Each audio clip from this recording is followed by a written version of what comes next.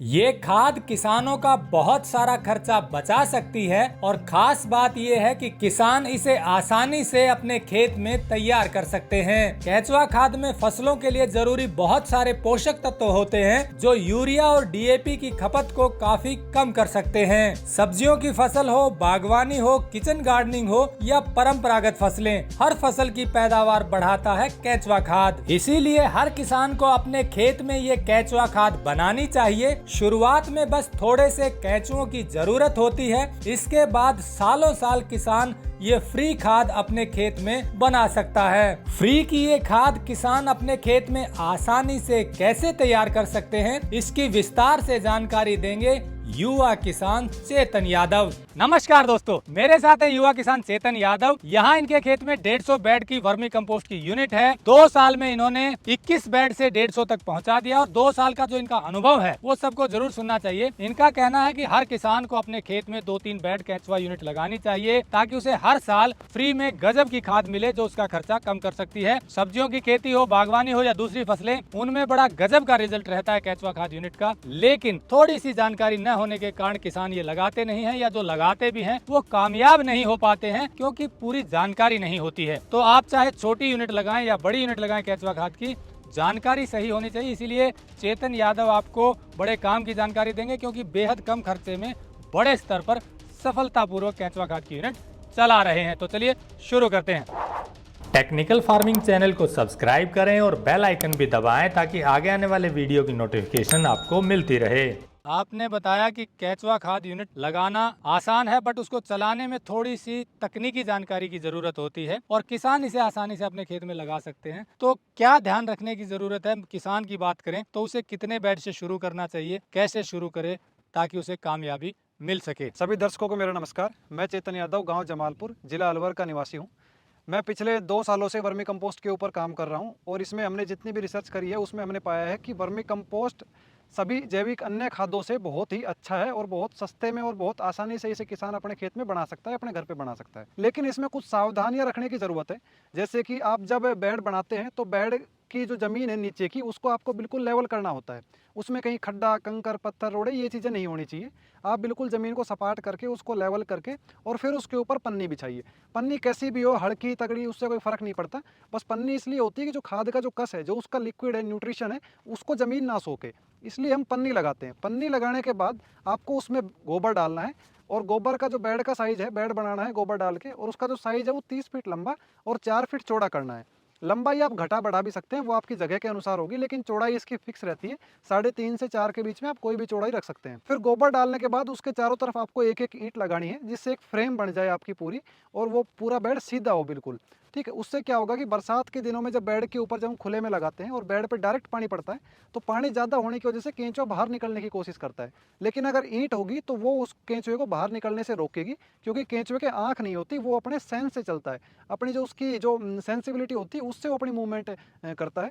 तो जब ईंट के टकराएगा तो वापस बेड के अंदर चला जाएगा। बेड बनाने के बाद हमें लगभग 2 से 3 दिन गोबर को ठंडा करना है। गोबर में जो मीथेन गैस होती है उसको हमें बिल्कुल बेड में से निकाल देना है। गोबर को ठंडा कैसे करना है? सर, गोबर को ठंडा करने के लिए हम गोबर के ऊपर पानी डालते हैं। सुबह शाम दोनों टाइम हम गोबर के ऊपर पानी डालेंगे। ठीक है, जब पानी डालते हैं तो मीथेन गैस जो पानी के साथ रिएक्शन करके मीथेन गैस बबूले के फॉर्म में बाहर निकलती है और मीथेन निकलने के बाद गोबर अपने आप ठंडा हो जाता है। और उसको चेक करने का सबसे आसान तरीका है कि आप गोबर में 2-3 अपने बेड में 2-3 जगह हाथ डाल के देखें। अगर आपको आपके हाथ को ठंडा महसूस हो रहा है तो गोबर ठंडा है। ये पानी कितना डालना है और क्या काट भी लगाने की जरूरत है? सर, पानी आपको इतना डालना है, जब आप गोबर को ठंडा करते हैं तो पानी ईंटों के नीचे से निकलना स्टार्ट हो जाए, आप पानी को रोक दें। ठीक है, उसी टाइम पानी को रोक दें, ज़्यादा पानी ना निकालें। और काट लगाने की कोई आवश्यकता नहीं है, मेहनत वहीं करो जहाँ उचित हो। काट लगाने से गोबर ठंडा नहीं होता, गोबर ठंडा होता है पानी डालने से। आप पानी डालें गोबर ठंडा करने के लिए। किसान केंचुआ खाद आसानी से इसलिए तैयार नहीं कर पाते क्योंकि जब वो खाद तैयार करने के लिए केंचुए लाते हैं तो उन्हें सही मात्रा में केंचुए नहीं मिलते और केंचुओं के सही रखरखाव की जानकारी भी नहीं मिलती। अभी जब हमारा बेड तैयार हो जाता है, गोबर ठंडा हो जाता है, उसके बाद हमें चाहिए केंचुआ। तो 30 फीट लंबे और 4 फीट चौड़े बेड के लिए हमें 30 किलो केंचुआ चाहिए। तो जब हम केंचुआ लेने जाते हैं तो आप कहीं से भी ले सकते हैं, हमारे से भी ले सकते हैं। लेकिन आप ये चीज़ का ध्यान रखें, कई लोग बाग, मैं किसी का नाम नहीं लेना चाहूँगा, लेकिन क्या करते हैं कि जब पूरा खाद उतार लिया बेड पर से तो आखिरी में जाके जो 3-4 इंच की जो लेयर बचती है उसी को केंचुआ बोल के और वो दे देते हैं। लेकिन उसमें खाद बहुत ज़्यादा होता है और केंचुआ बहुत कम होता है। अभी मान लो आप 30 किलो केंचुआ लेने गए और उसमें केंचुआ है मुश्किल से 2 से 2.5 किलो 3 किलो, तो वो 3 किलो केंचुआ कितना गोबर खा पाएगा, और धीरे धीरे आपका गोबर सड़ना स्टार्ट होगा और आपका फिर खाद तैयार नहीं होगा। तो इन्हीं चीज़ों की वजह से किसान भाई कभी वर्मी कंपोस्ट में ज़्यादातर असफल हो जाते हैं। तो इसलिए हम क्या करते हैं कि हम उस जो 3-4 इंच का जो कल्चर बच जाता है उसको हम प्लास्टिक के टब में भर लेते हैं, और टब में भरने के बाद फिर हम उनको धूप में रख देते हैं। अब धूप पड़ती है तो केंचुए को धूप सहन नहीं होती, वो नीचे की ओर डायरेक्शन में मूव करता है, नीचे जाता है, ऊपर ऊपर से हम खाद हटाते रहते हैं। ऐसे करके 30 किलो के टब में से मुश्किल से आखिरी में 4 से 4.5 किलो ही कल्चर बचता है, जो हाई डेंसिटी में कल्चर होता है। दूसरा ध्यान रखने योग्य जो बात है, पहली बात तो केंचुआ हो गया, दूसरा आ जाता है मॉइस्चर, कि आपको बेड में नमी कितने बनाए रखनी है। वैसे तो हम अगर कैलकुलेशन के हिसाब से देखें तो इसमें 25 से 30% के बीच में नमी होनी चाहिए, लेकिन जब छोटे किसान भाई लगाते हैं 2-3 बेड के लिए तो उसके लिए मशीनें नहीं ला सकते। तो हम क्या करते हैं कि हम जब बेड पर से ऊपर ऊपर से खाद उठाते हैं और उसको मुट्ठी में दबाते हैं, तो नमी देखने का सबसे अच्छा तरीका है कि जब आप गोबर को मुट्ठी में दबाएं तो उसमें से आपका 4 से 5 बूंद पानी की निकलनी चाहिए। अगर इतनी बूंद पानी की निकल रही है तो आपका परफेक्ट मॉइस्चर उसके अंदर है। अगर मान लो वो गोबर ही साइडों में से बह के निकल रहा है तो मतलब ज़्यादा मॉइस्चर है, आपको कम पानी डालने की आवश्यकता है। और वो बिल्कुल एक बूंद भी नहीं निकल रही, बिल्कुल सूखा हुआ है, तो कम मॉइस्चर है, बिल्कुल पानी नहीं है आपके बेड में, आप उसमें ज़्यादा पानी डालिए। अब सर्दियों में तो हमें इतने पानी डालने की जरूरत नहीं पड़ती क्योंकि तापमान कम होता है, 2 से 3 दिन में भी हम अगर एक बार पानी डालते हैं तो हमारा चल जाता है। लेकिन गर्मियों के अंदर हमें मॉइस्चर का बिल्कुल बहुत ज़्यादा ध्यान रखना है, क्योंकि गर्मियों में टेम्परेचर ज़्यादा होता है। अगर हम 1-2 दिन भी पानी में गड़बड़ थोड़ी सी हो गई तो फिर आपको भारी नुकसान उठाना पड़ सकता है, आपके केंचुए मर भी सकते हैं। तो गर्मी के अंदर आप पानी का खास ध्यान रखें, सर्दी के अंदर थोड़ा बहुत 19-20 चल भी जाता है, कोई बड़ी बात नहीं है। और बेड का जो तापमान है वो आपका लगभग 25 से 30 डिग्री के बीच में रहना चाहिए। इसको नापने का सबसे बढ़िया तरीका है कि आप बेड में हाथ डाल के देखिए, अगर आपके हाथ को ठंडक महसूस हो रही है, हाथ को गर्मी महसूस नहीं हो रही, तो बिल्कुल ठीक है। अगर आपका हाथ ही गर्मी महसूस कर रहा है तो फिर केंचुए को भी गर्मी महसूस होगी। तो आप थोड़ा उसमें परफेक्ट मॉइस्चर मेंटेन करिए तो आपका टेम्परेचर भी बढ़िया मेंटेन रहेगा। टेम्परेचर मेंटेन करने का सबसे बढ़िया तरीका है कि या तो आपके पास छांव हो तो आप छांव में उसको लगाएं, अपने 1-2 बेड जितने भी आप लगाना चाहते हैं उसको छांव में लगाएं। अगर कोई बड़ी यूनिट लगाते हैं तो छांव हम नहीं कर सकते इतने, क्योंकि उसमें बहुत ज़्यादा हमारी कॉस्टिंग बैठती है। तो उनके लिए सबसे बढ़िया तरीका है कि आप अपने बेड पे ग्रीन नेट डाल सकते हैं, ठीक है, और आप थोड़ा सा अच्छे तरीके से आप मॉइस्चर मेंटेन करेंगे तो टेम्परेचर नहीं बढ़ेगा। इसमें जो तीसरी सावधानी रखने वाली बात है वो ये है कि आपका गोबर 2 महीने से ज़्यादा पुराना नहीं होना चाहिए। अगर 2 महीने से पुराना गोबर होगा तो पहले ही सड़ना स्टार्ट हो जाएगा, फिर आपका खाद नहीं बनेगा, क्योंकि केंचुआ भी एक जीव है, वो सड़ी हुई चीज़ नहीं खाएगा। आप ताज़ा गोबर भी बिल्कुल यूज़ कर सकते हैं, क्योंकि देखिए गोबर केंचुए का खाना है। आप जितना ताज़ा खाना देंगे, जितना अच्छा खाना देंगे, उतना ही अच्छा वो खाद बनाएगा और उतनी अच्छी उसकी शरीर रहेगा, ठीक है। तो इन बातों का ध्यान रखें। अब जब हमारा खाद बन के तैयार हो जाता है तो उसके बाद हमारा लगभग गर्मियों में 55 से 60 दिन लगते हैं और सर्दियों में हमें 70 से 80 दिन भी लग जाते हैं, ठीक है, क्योंकि सर्दियों में केंचुआ अंडे ज़्यादा देता है, खाद कम बनाता है। तो जब हमारा खाद बिल्कुल बन के तैयार हो जाए तो वो आपको बिल्कुल चाय पत्ती की तरह दिखेगा, ऊपर ही बिल्कुल भुरभुरा हो जाएगा ब्लैक कलर का। दूसरा, उसमें से गोबर की जैसे स्मेल नहीं आएगी, उसमें ऐसी स्मेल आएगी जैसे बरसात के टाइम में मिट्टी में से जो सुगंध आती है, वैसी स्मेल आती है। और दूसरा, वो बिल्कुल ब्लैक कलर का होता है। अभी जब आपका खाद बन गया तो उसके बाद अपने 2 दिन पानी रोक दीजिए और ऊपर से ग्रीन नेट हटा के और फिर उसके ऊपर हम खुरेदा लगाते हैं। खुरेदा लगाने से होगा क्या कि ऊपर की लेयर थोड़ी सी स्मूथ हो जाती है और केंचुआ नीचे चला जाता है धूप लगने के कारण।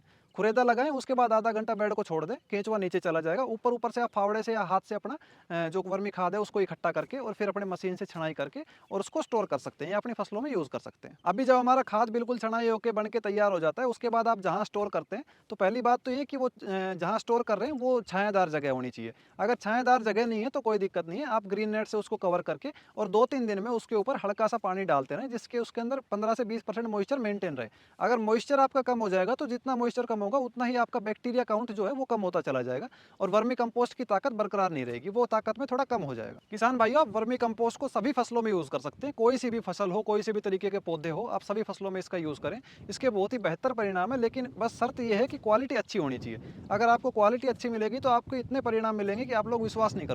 और जो किसान भाई इसको डालते हैं वो इसका रिजल्ट जानते हैं बिल्कुल। अगर किसी किसान भाई को फिर भी कोई डाउट हो, कोई काम सीखना चाहता हो, तो हमारे फार्म पे आ सकता है या हमसे फ़ोन करके संपर्क करके जानकारी ले सकता है। अब आप ये बताइए कि कितने बेड पर कितना खाद किसानों को मिल सकता है एक बार में? अगर मैं इसके प्रयोग की बात करूं तो 1 एकड़ में एक फसल में जो 6 महीने की फसल होती है उसमें आपको 500 केजी वर्मी खाद की जरूरत होती है। अगर मैं एक बेड की बात करूं तो एक बेड से लगभग आपको 600 से 650 केजी वर्मी कंपोस्ट तैयार होकर मिल जाता है एक साइकिल में। तो इस हिसाब से किसान भाई आप अपना अनुमान लगा सकते हैं कि आपको कितने एकड़ में फसल करनी है और कितने आपको वर्मी गेड आपको लगाने पड़ेंगे। तो दोस्तों, ये तो थी किसान की बात कि किसान यदि 1, 2, 3 बेड लगाए वर्मी कंपोस्ट यूनिट के तो क्या ध्यान रखना है। अब यदि कोई बड़े स्तर पर करना चाहता है वो भी पूछ लेते हैं चेतन यादव से कि उनको क्या ध्यान रखने की जरूरत है। चेतन जी, बाकी लोग अगर कोई कमर्शियली करना चाहे तो क्या ध्यान रखने की जरूरत सर अगर कोई भी भाई कमर्शियली इस काम को करता है तो सबसे पहले तो वो ध्यान रखे कि जहाँ से वो गोबर लेगा तो वो एक फिक्स जगह होनी चाहिए, जैसे गौशाला हो गई, डेयरी हो गई, तो आप उनसे कांटेक्ट कर सकते हो क्योंकि आपको गोबर बहुत ही ज़्यादा मात्रा में चाहिएगा।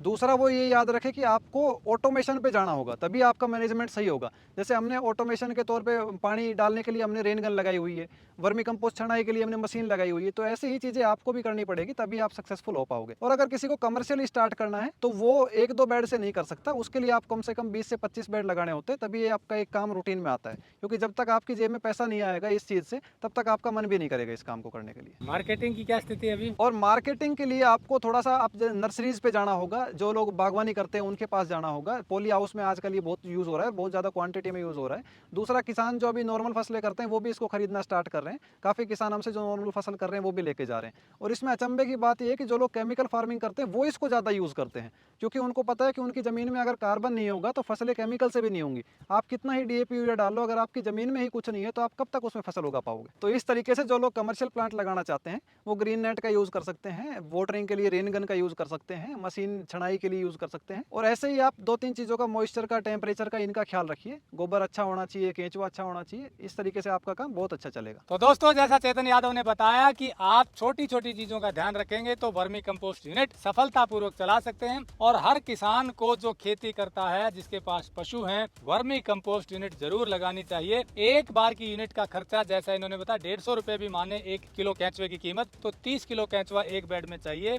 तो इस तरह से 4500 रुपए में शुरुआत करके आगे आप बिल्कुल फ्री जब तक चाहें ये खाद आपको मिलती रहेगी, क्योंकि केंचुआ मल्टीप्लाई होगा। एक बेड से 2, 3, 4 जितना भी आप बढ़ाना चाहे बढ़ा सकते हैं। खुद के प्रयोग के लिए भी केंचुआ खाद बना सकते हैं, आसपास के किसानों को भी जोड़ सकते हैं। तो इस तरह बहुत सारा खर्चा बच जाएगा किसानों का, यदि ये जैसे तरीका बताया उसको फॉलो करते हुए अपने खेत में केंचुआ खाद की यूनिट लगाते हैं। और जरूरी नहीं कि आप 30 फुट लंबाई बेड बनाए, छोटे से भी शुरू कर लें। 15 फीट बाई 4 फीट का कर लेंगे तो करीब आपका 2-2.5 हज़ार रुपये में काम चल जाएगा। उसको फिर बढ़ा सकते हैं। तो इस तरह से एक बार खर्च लगा के सालों साल अच्छी खाद, वर्मी कंपोस्ट ले सकते हैं। हमारी कोशिश यही है कि किसान ऐसे तरीके अपनाए कि उसका खर्चा कम हो, तो बहुत सारा यूरिया डीएपी बच सकता है यदि आप वर्मी कंपोस्ट यूनिट अपने खेत में लगाते हैं। और अधिक जानकारी के लिए नंबर हमने दिया हुआ है, आप बात कर सकते हैं। जुड़े रहे टेक्निकल फार्मिंग से। नमस्कार, जय हिंद। अगर आपको यह वीडियो पसंद आया है तो ज्यादा से ज्यादा लाइक और शेयर जरूर करें। साथ ही चैनल को सब्सक्राइब करना ना भूलें।